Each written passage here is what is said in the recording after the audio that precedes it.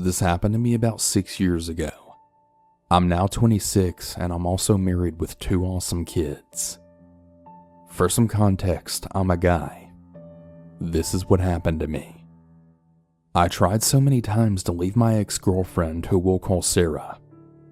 Whenever I would tell her that I wanted to see other people or that I should move out so that we have room to breathe, she would always go crazy and threaten to kill or cut herself or even drive her car off of a bridge. Mind you, where I live, there really isn't any bridges. Anyways, one day I run into my ex-girlfriend, who we'll call Rachel, at the mall. We ended on good terms, so we had actually talked like nothing happened.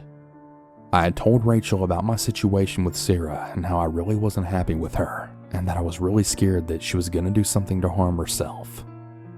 Rachel told me if I was really worried that much, that I should let one of her family members know.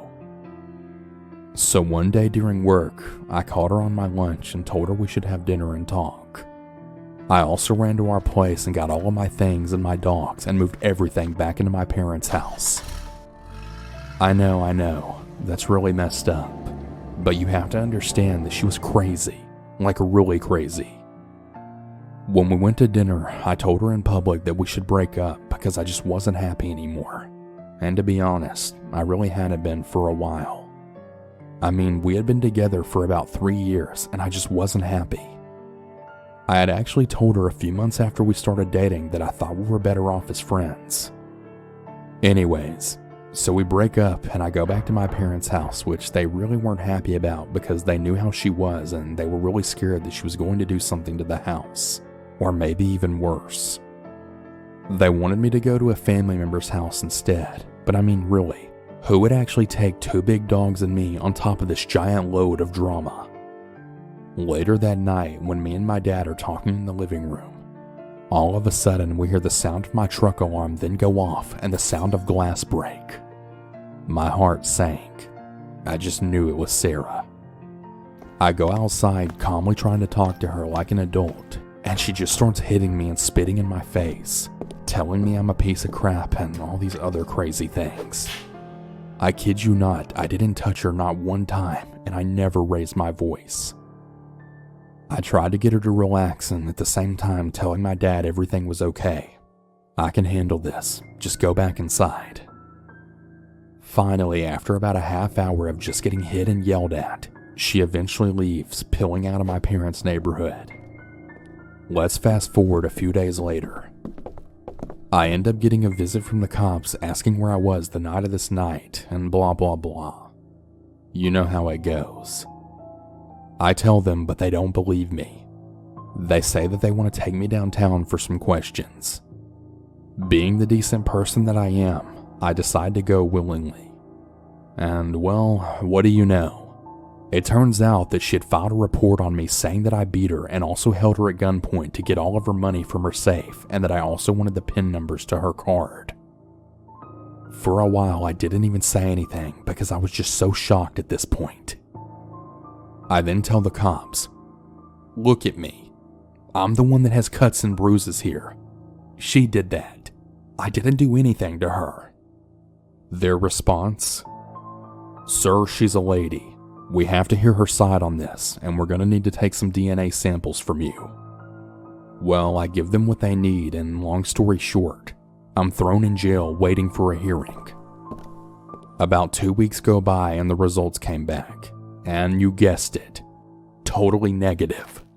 Also, I forgot to mention this, but me and Rachel ended up getting back together, but the harassment never stopped. Sarah made it impossible for me to move on with my life.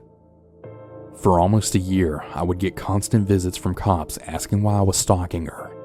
Sarah even hired a private investigator to follow me and Rachel around. Every time I got a visit from a cop, I always had something backing me up on where I was whenever Sarah claimed I was stalking her. She had 4 restraining orders filed against me when I never even had anything to do with her. Finally, the judge was sick of it. I guess he had finally seen just how crazy she was because he didn't issue any more restraining orders after that. Me and Rachel almost didn't make it through this. Sarah made my life hell, but I'm really glad I ended things with her. So Sarah, wherever you are, I really hope you find the help you need, and I pray and hope no other man ever has to go through this.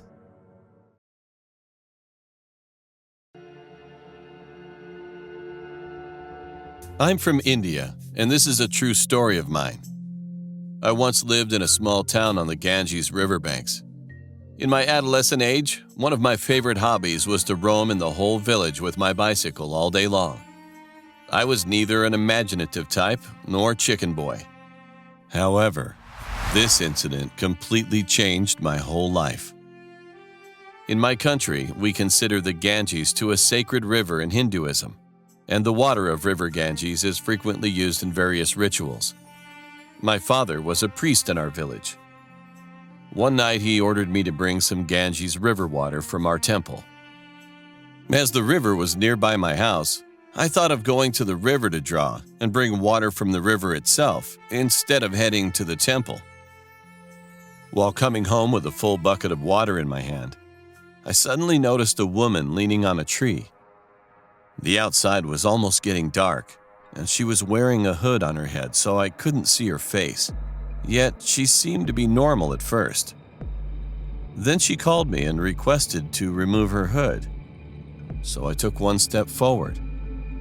I walked toward her closer and closer, and as soon as I reached my hand to her hood, I suddenly noticed both her hands were nailed down to the tree. Being freaked out, I ran back to my house, letting a scream out, and my heart was throbbing frantically at that very moment. When I reached home, I told my dad about the lady I saw, and what he said to me eventually made my heart sink. Long ago, there was a woman in our town who was called a witch because of drinking the blood of young children. She got arrested by village people and ended up nailing on that very tree as a punishment. And from that day after she died, many people were found dead under that tree with marks of 2 sharp canine teeth, as though someone had sucked the blood from their bodies. Even now, I grew up as an adult. I get goosebumps just thinking about the woman I saw that night.